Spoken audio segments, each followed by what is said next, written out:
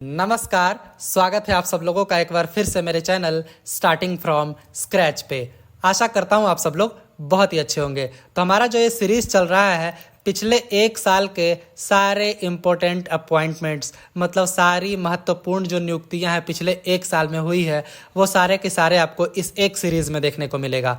तो आइए टाइम ना वेस्ट करते हुए हम लोग सीधा वीडियो की ओर चलते हैं। इसमें हम लोग लगभग 120 से ज़्यादा मोस्ट इंपॉर्टेंट अपॉइंटमेंट्स हम लोग देखने वाले हैं।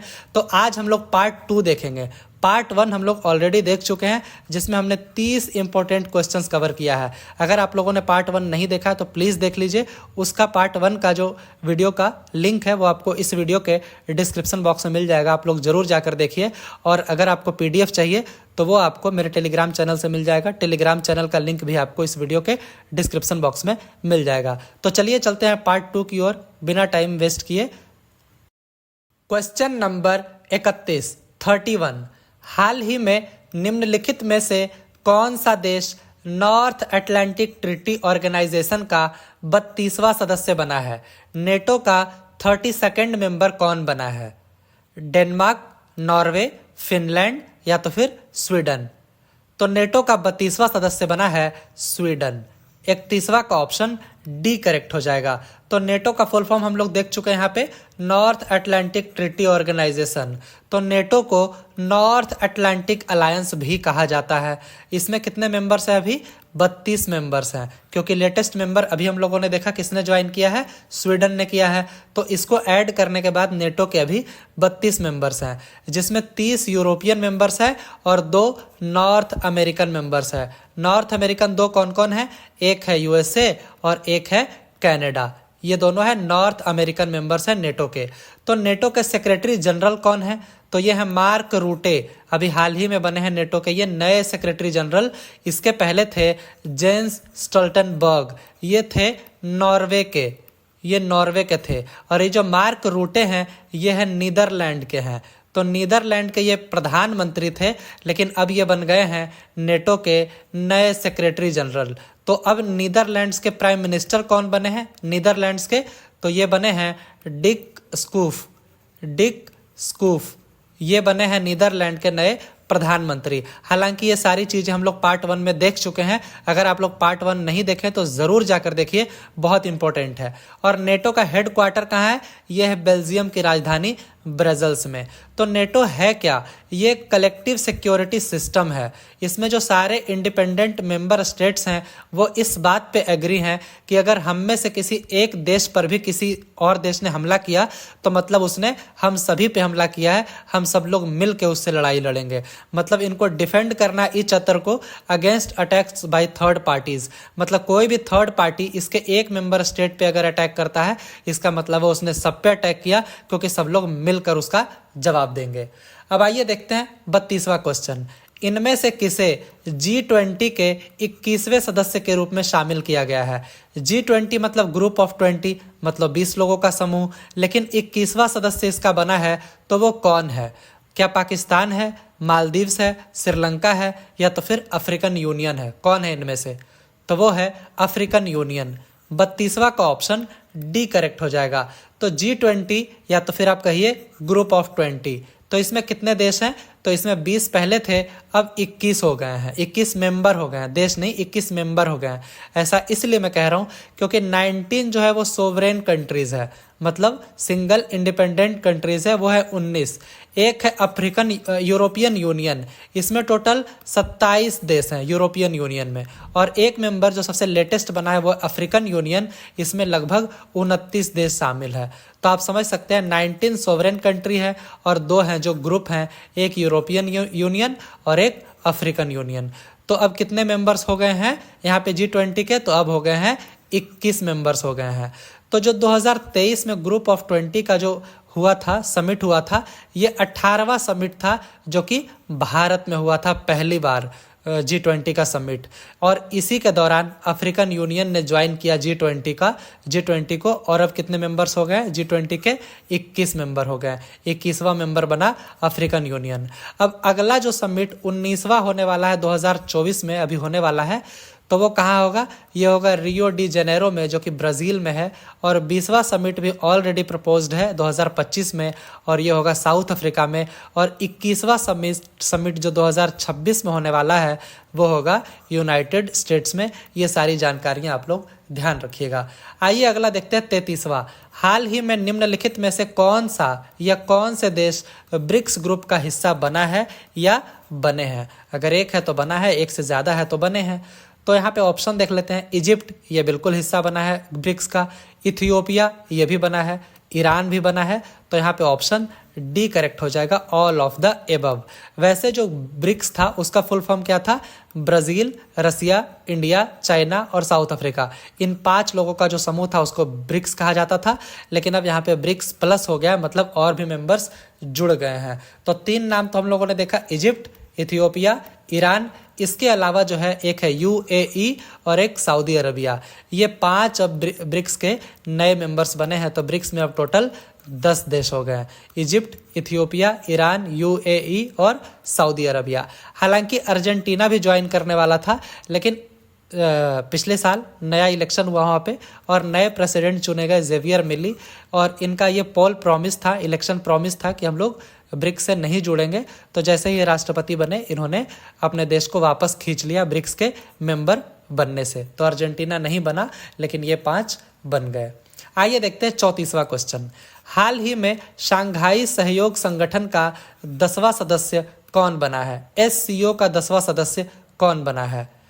तो एससीओ का 10वां सदस्य बना है बेलारूस। हालांकि इंडिया भी इसका मेंबर है, पाकिस्तान भी है, ईरान भी है, लेकिन 10वां सदस्य बना है वो है बेलारूस। 34 का ऑप्शन डी करेक्ट हो जाएगा।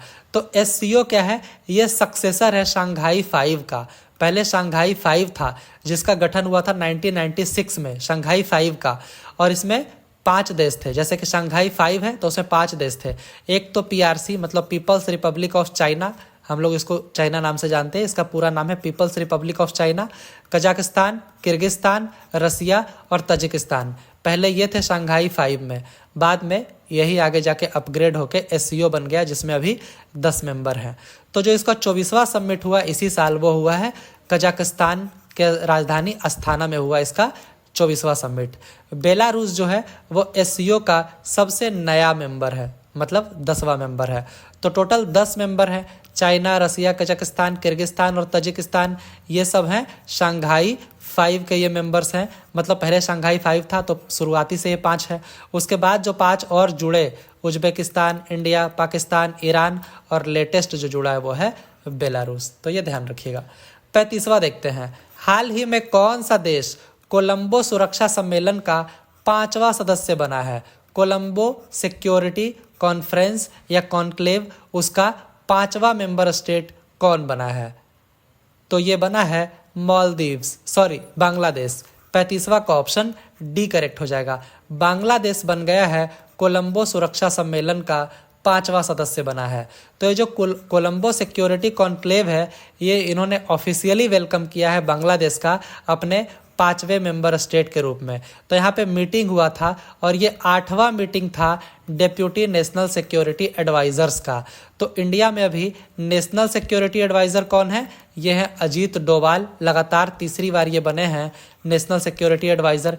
इनके अलावा 4 जो हैं वो डेप्यूटी नेशनल सिक्योरिटी एडवाइजर हैं। 4, 2 तो अभी नए अपॉइंट हुए हैं, पहले वीडियो में हम लोग बात कर चुके हैं। एक हैं टीवी रविचंद्रन और एक हैं पवन कपूर। इन दोनों को अभी नया अपॉइंट किया गया है, लेकिन इसके पहले 2 और हैं। एक है पंकज कुमार सिंह और एक हैं दत्तात्रेय पडसालगीकर। तो इस तरीके से ये 4 जो हैं वो डेप्यूटी नेशनल सिक्योरिटी एडवाइज़र हैं। तो यहाँ पे जो मीटिंग था, ये 8वां मीटिंग था डेप्यूटी नेशनल सिक्योरिटी एडवाइज़र्स का। इस लेवल का मीटिंग था जो कहाँ हुआ था? मॉरिशस में हुआ था। तो यहाँ पे 5वां मेंबर स्टेट कौन बना कोलंबो सिक्योरिटी कॉन्क्लेव का? बांग्लादेश बना। तो इसके पहले 4 कौन थे एग्जिस्टिंग? वो कौन कौन थे? इंडिया, श्रीलंका, मॉरिशस और मालदीव्स। ये 4 ऑलरेडी मेंबर थे कोलंबो सिक्योरिटी कॉन्क्लेव के। सेशेल्स इसमें पार्टिसिपेट करता है एक ऑब्जर्वर स्टेट के रूप में। 36वां क्वेश्चन देखते हैं। हाल ही में केंद्र सरकार के द्वारा किस दिन को संविधान हत्या दिवस घोषित किया गया है? सेंट्रल गवर्नमेंट के द्वारा एक दिन को घोषित किया गया संविधान हत्या दिवस। तो वो दिन कौन सा है? तो ये वही दिन है जब इंडिया में इमरजेंसी लगाया गया था 25 जून 1975 को। तो 25 जून को घोषित किया गया है संविधान हत्या दिवस। तो 36 का यहाँ पे ऑप्शन बी करेक्ट हो जाएगा। तो इमरजेंसी लगा कब था? ये लगा था 25 जून 1975 को। और ये कब तक चला था? ये चला था 21 मार्च 1977 को ये इमरजेंसी हटाया गया था। तो इस दरमियान आप जानते हैं बहुत सारे रिस्ट्रिक्शन लग गए थे प्रेस के ऊपर। अपोजिशन लीडर को उठा उठा कर जेल में डाल दिया गया था, पत्रकारों को जेल में डाल दिया गया था, बहुत ज़्यादा उस समय प्रॉब्लम हुई थी। तो उसी को संविधान हत्या दिवस के रूप में मनाया जाएगा अब हर साल 25 जून को। 37वां क्वेश्चन देखते हैं। पेरिस ओलंपिक्स 2024 में भारत के ध्वजवाहक कौन होंगे? फ्लैग बेयरर कौन होंगे? तो इस बार जो ओलंपिक्स हो रहा है वो फ्रांस में हो रहा है, तो इसीलिए इसका नाम रखा गया है पेरिस ओलंपिक्स 2024। तो इसमें ध्वजवाहक कौन होंगे? तो एक तो होंगे पीवी सिंधु जी और एक होंगे ए शरद कमल। तो यहाँ पे ऑप्शन सी करेक्ट हो जाएगा, बोथ ए एंड बी, ये दोनों ही होंगे ध्वजवाहक। तो इस तरीके से जो भी ध्वजवाहक होते हैं वो अपने देश का झंडा लेकर सबसे आगे आगे चलते हैं और अपने देश के बाकी सारे खिलाड़ियों को वो बेसिकली रिप्रेजेंट कर रहे होते हैं। तो ये जो फ्लैग बेयरर क्या होते हैं ओलंपिक गेम्स में? ये बेसिकली एक सिंबॉलिक लीडर होते हैं। तो इसमें करेंगे क्या? जो भी फ्लैग बेयरर होंगे चाहे मेल या फीमेल, तो वो फर्स्ट पर्सन होंगे मार्च करने के लिए, अपने देश के डेलीगेशन को बेसिकली रिप्रेजेंट करेंगे। और ये ग्रैंड ओपनिंग सेरेमनी पैरेड होता है, उसी में जो ध्वजवाहक होते हैं वो अपने देश का झंडा लेकर सबसे आगे चलते हैं और प्राउडली वो अपने देश का झंडा लहराते रहते हैं। तो इस बार कौन होंगे? दो एक तो हैं जो टेबल टेनिस के प्लेयर हैं शरद कमल, और दूसरी जो है वो है बैडमिंटन सुपरस्टार पीवी सिंधु। तो इंडिया ने पिछले साल से ये स्टार्ट किया, मतलब पिछले ओलंपिक्स में ये स्टार्ट किया कि जेंडर इक्वालिटी को देखते हुए मेल और फीमेल दोनों ही होंगे ध्वजवाहक। तो इस बार फीमेल आप जान ही रहे पीवी सिंधु जी, और मेल के रूप में अपॉइंट किया गया है शरद कमल को। तो ये दोनों ही होंगे फ्लैग बेयरर्स पेरिस ओलंपिक्स 2024 के ओपनिंग सेरेमनी में। पिछले बार कौन थे टोक्यो ओलंपिक्स में जो 2020 में हुआ था?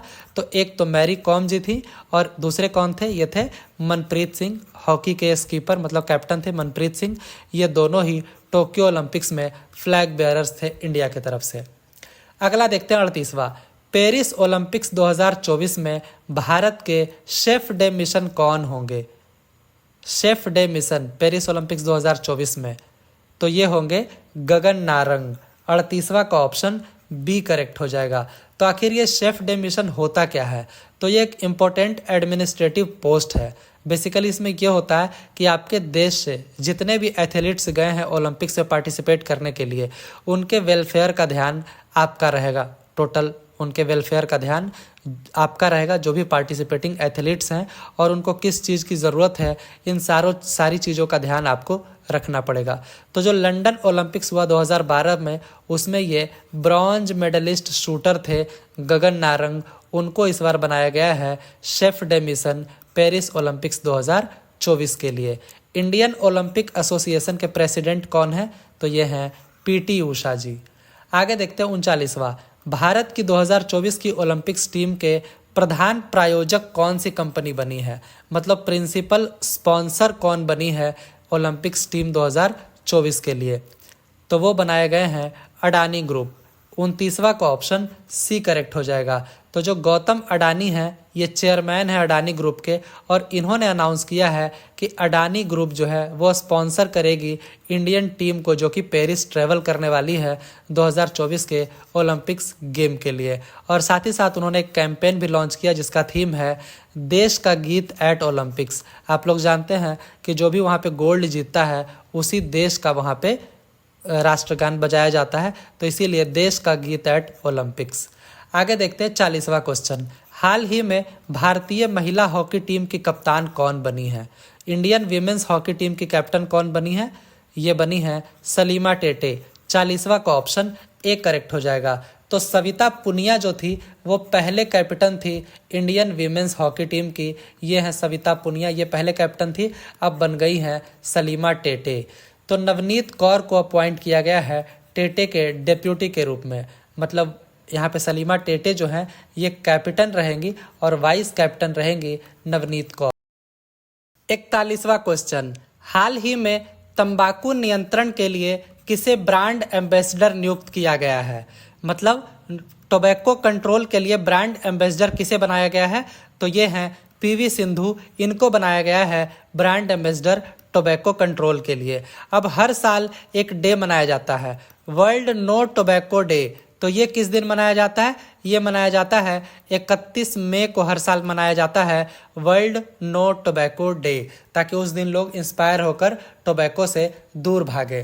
तो ये जो बैडमिंटन स्टार है पीवी सिंधु, इनको अपॉइंट किया गया है ब्रांड एम्बेसडर टोबैको कंट्रोल के लिए, मतलब तंबाकू कंट्रोल के लिए। 42वां क्वेश्चन, हाल ही में यूनिसेफ इंडिया ने किसे अपना नेशनल एम्बेसडर बनाया है? यूनिसेफ इंडिया ने अपना नेशनल एम्बेसडर किसको बनाया है? तो ये हैं करीना कपूर जी, बॉलीवुड की बहुत ही फेमस एक्ट्रेस है, आप लोग जानते हैं। तो इनको बनाया गया है यूनिसेफ इंडिया के द्वारा नेशनल एम्बेसडर। 42वां का ऑप्शन डी करेक्ट हो जाएगा। तो अब ये क्या करेंगी? ये जो बेसिकली ये नॉट फॉर प्रॉफिट ऑर्गेनाइजेशन है, इसको ये सपोर्ट करेंगी किस काम में? कि हर बच्चे का अपना अधिकार होता है उस चीज़ को, उस लक्ष्य को मतलब प्राप्त करने में ये उनका सहयोग करेंगी। कि मतलब अर्ली चाइल्डहुड जो डेवलपमेंट होता है, हेल्थ इश्यूज जो होते हैं, एजुकेशन को लेकर, जेंडर इक्वालिटी के लिए जो बच्चे फेस करते हैं, उसमें ये हेल्प करेंगी। अब यूनिसेफ का फुल फॉर्म क्या होता है? United Nations International Children's Emergency Fund. इसकी स्थापना की गई थी 1946 में। किस लिए? कि भाई बच्चों का और यंग लोगों का हेल्प करने में मदद करना है, इसीलिए इसकी स्थापना की गई थी यूनिसेफ की। 43वां क्वेश्चन देखते हैं, आंध्र प्रदेश के नए मुख्यमंत्री कौन बने हैं? हम लोग जानते हैं कि इस बार लोकसभा के साथ साथ विधानसभा का भी चुनाव हुआ था 4 राज्यों में, उसमें से एक है आंध्र प्रदेश। तो आंध्र प्रदेश के नए मुख्यमंत्री कौन बने हैं? तो ये बने हैं नारा चंद्रबाबू नायडू। 43वां का ऑप्शन ए करेक्ट हो जाएगा। इनकी पार्टी का नाम है टीडीपी, तेलुगु देशम पार्टी, और वहाँ के जो उप मुख्यमंत्री हैं वो बने हैं पवन कल्याण जी। तो 43वां का यहाँ पे ऑप्शन ए करेक्ट हो जाएगा। चंद्रबाबू नायडू वहाँ के मुख्यमंत्री बन गए हैं। तो वहाँ पे ये देखिए चुनाव का नतीजा ये रहा। वहाँ टोटल सीट्स है आंध्र प्रदेश के असेंबली में 175, जिसमें एनडीए अलायंस ने 164 सीटें जीत ली, जिसमें टीडीपी अकेले 135, जनसेना पार्टी पवन कल्याण जी की पार्टी ने 21 सीटें जीती, और भाजपा, ये तीनों मिलकर चुनाव लड़ रहे थे तो भाजपा ने वहाँ पे 8 सीटें जीती है। और YSRCP जो अपोजिशन पार्टी थी वो टोटल 11 सीट जीत पाई। तो 164 सीट आप समझ सकते हैं, लगभग एक तरफा यहाँ पे एनडीए ने जीत हासिल किया और चंद्रबाबू नायडू वहाँ के मुख्यमंत्री बन गए। आगे देखते हैं, अयाना पात्रुडू ये किस राज्य के विधानसभा के अध्यक्ष बने हैं? स्पीकर बने हैं ये किस राज्य की विधानसभा का? तो वो राज्य है आंध्र प्रदेश। जहां चंद्रबाबू नायडू मुख्यमंत्री बने हैं वहां पे अय्याना पात्रोडू स्पीकर बने हैं विधानसभा के। 44वां का ऑप्शन बी करेक्ट हो जाएगा। 45वां, उड़ीसा के नए मुख्यमंत्री कौन बने हैं? यहाँ पे भी लोकसभा के साथ साथ वहाँ पे लोकल असेंबली का भी, मतलब राज्य का भी चुनाव हुआ था मुख्यमंत्री का। तो यहाँ पे नए मुख्यमंत्री कौन बने हैं? ये बने हैं मोहन चरण मांझी। पहले नवीन पटनायक थे लगभग 20 सालों से, लेकिन अब बन गए हैं मोहन चरण मांझी वहाँ के मुख्यमंत्री। 45वां का ऑप्शन ए करेक्ट हो जाएगा। वहाँ पे आप देखिए कि वहाँ पे टोटल उड़ीसा में 147 सीटें हैं। वहाँ पे 147 असेंबली सीट्स हैं, जिसमें भाजपा को इस बार 78 सीट मिला, मतलब अकेले दम पे भाजपा बहुमत ले आई। बीजेडी, बीजू जनता दल, उनको इस बार 51 सीटें ही मिली, तो वो अब अपोजिशन में बैठेंगे। इंडियन नेशनल कांग्रेस को 14, 3 इंडिपेंडेंट जीते और CPIM के 1 कैंडिडेट जीते हैं। तो आप समझ सकते हैं इस बार भाजपा का अकेले ही बहुमत आ गया उड़ीसा में। सूरमा पाढ़ी ये किस राज्य की विधानसभा की अध्यक्ष बनी है, मतलब स्पीकर बनी है किस राज्य की विधानसभा की? तो ये है उड़ीसा, जहाँ के ये जो मांझी जी हैं, मोहन चरण मांझी, जहाँ मुख्यमंत्री बने हैं उड़ीसा के, वहीं उड़ीसा के विधानसभा की स्पीकर बनी है सूरमा पाढ़ी। तो यहाँ पे 46वां का ऑप्शन सी करेक्ट हो जाएगा। उड़ीसा के विधानसभा के अध्यक्ष बनी है सूरमा पाढ़ी। 47वां देखते हैं, अरुणाचल प्रदेश के नए मुख्यमंत्री कौन बने हैं? तो ये बने हैं पेमा खांडू। 47वां का ऑप्शन ए करेक्ट हो जाएगा। तो अरुणाचल प्रदेश में इलेक्शन का जो रिजल्ट हुआ उसका क्या रहा? तो यहाँ पे टोटल 60 सीटें हैं, जिसमें 46 सीटें अकेले भाजपा ले आई। तो यहाँ पे भाजपा के ही मुख्यमंत्री बनेंगे, तो ऑब्वियसली बन भी गए। पेमा खांडू वहाँ पे मुख्यमंत्री बन गए अरुणाचल प्रदेश के। अब यहाँ पे है क्वेश्चन, तेमस पोंगटे ये किस राज्य के विधानसभा के अध्यक्ष बने हैं? तेमस पोंगटे तो ये अरुणाचल प्रदेश इसी राज्य के विधानसभा के स्पीकर बने हैं तेमस पोंगटे। 49वां देखते हैं, सिक्किम के नए मुख्यमंत्री कौन बने हैं? यहाँ पे भी चुनाव हुआ था लोकसभा के साथ साथ, तो सिक्किम के नए मुख्यमंत्री बन गए हैं प्रेम सिंह तमांग। 49वां का यहाँ पे ऑप्शन ए करेक्ट हो जाएगा, ये सिक्किम के नए मुख्यमंत्री बने हैं। सिक्किम में टोटल 32 असेंबली सीट्स है, विधानसभा की 32 सीटें हैं, जिसमें 31 जो है वो अकेले एसकेएम ने जीत लिया। अब एसकेएम क्या है? सिक्किम क्रांतिकारी मोर्चा। 31 सीटें अकेले जीत लिया। तो ये जो प्रेम सिंह तमांग है ये एसकेएम पार्टी के हैं। तो आगे देखते हैं, मिंगमा नोरबू शेरपा ये किस राज्य के विधानसभा के अध्यक्ष बने हैं? स्पीकर बने हैं कहाँ के? तो ये सिक्किम के स्पीकर बने हैं। 50वां का ऑप्शन डी करेक्ट हो जाएगा। तो लोकसभा के साथ साथ इस बार 4 राज्यों में विधानसभा का भी चुनाव हुआ, एक अरुणाचल प्रदेश, एक आंध्र प्रदेश, एक उड़ीसा और एक सिक्किम। तो हम लोगों ने देख लिया कि इन चारों जगह पे कौन मुख्यमंत्री बने हैं और कौन स्पीकर बने हैं और किस पार्टी की वहाँ पे बहुमत आई, ये सब हम लोग पिछले कुछ प्रश्नों में देख चुके हैं। आइए आज का लास्ट क्वेश्चन देखते हैं। 2024 में हुए आम चुनावों के दौरान मुख्य चुनाव आयुक्त कौन थे? चीफ इलेक्शन कमिश्नर कौन थे 2024 के जनरल इलेक्शंस के दौरान? तो मुख्य चुनाव आयुक्त थे राजीव कुमार जी। 51 का ऑप्शन ए करेक्ट हो जाएगा। तो जो इलेक्शन कमीशन होता है वो कुछ इस तरीके से होता है कि एक तो इसमें चीफ इलेक्शन कमिश्नर होते हैं, मुख्य चुनाव आयुक्त, तो वो थे ये राजीव कुमार जी, और 2 होते हैं इलेक्शन कमिश्नर्स। इलेक्शन कमिश्नर्स होते हैं 2 इलेक्शन कमिश्नर्स, एक तो हो गए चीफ इलेक्शन कमिश्नर और 2 होते हैं इनको असिस्ट करने के लिए इलेक्शन कमिश्नर्स। तो ये जो चीफ इलेक्शन कमिश्नर थे ये राजीव कुमार जी थे, और 2 जो ये इलेक्शन कमिश्नर थे ये चुनाव के ठीक पहले अपॉइंट किए गए थे। एक थे ज्ञानेश कुमार और एक थे सुखबीर सिंह संधू। तो ये हैं सुखबीर सिंह संधू और ये हैं ज्ञानेश कुमार। तो ये दोनों ही न्यूली अपॉइंटेड हैं, तो ये आप लोग ध्यान रखिएगा। मुख्य चुनाव आयुक्त थे राजीव कुमार और जो 2 चुनाव आयुक्त होते हैं, एक ज्ञानेश कुमार और एक सुखबीर सिंह संधू। तो यहाँ पे 51 का ऑप्शन ए करेक्ट हो जाएगा। राजीव कुमार जी चुनाव के दौरान मुख्य चुनाव आयुक्त थे। तो इस तरीके से हमने 2 पार्ट्स में 51 क्वेश्चन देखा, जो कि बेहद इंपॉर्टेंट है। आगे इसके कई पार्ट्स आएंगे, ये वीडियो अभी कंटिन्यू रहेगा।